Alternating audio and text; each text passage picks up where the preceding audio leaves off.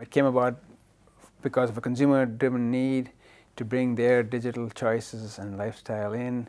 It came about because we were building in technologies. Of course, the two had to meet with an interface that allowed this marriage to take place, this coming together to take place.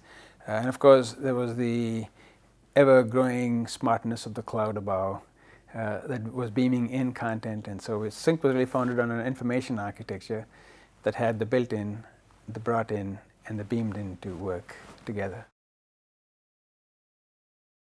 We have a platform approach to every product we make. So we have underbodies or platforms that consumers don't really care about in terms of what's hidden beneath the skin.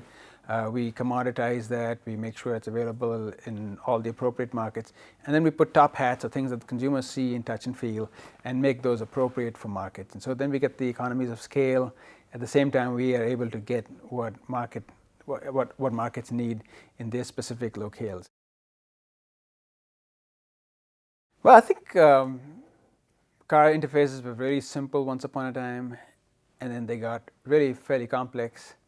And in some sense, we got back. We're now in a phase where we're going back to less complex or simple interfaces, sometimes known as simplexity.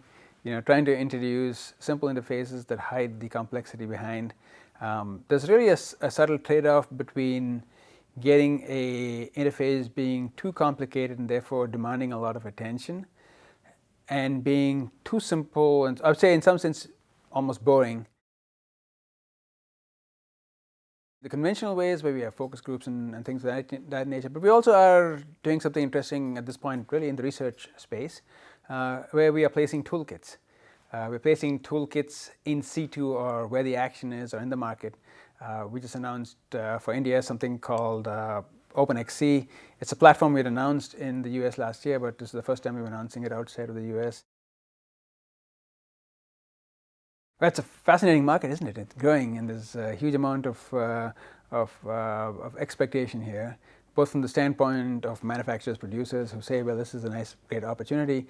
At the same time, from the standpoint of the discerning consumer, the consumer here obviously is extremely value conscious. They know exactly how to shop for the best, and they have zero tolerance for something that doesn't meet their expectation. They'll move on to something else. Our target, really, our goal is to really provide the experience that everyone deserves, and certainly consumers here, seamless experience, but again focused on making the desirable affordable.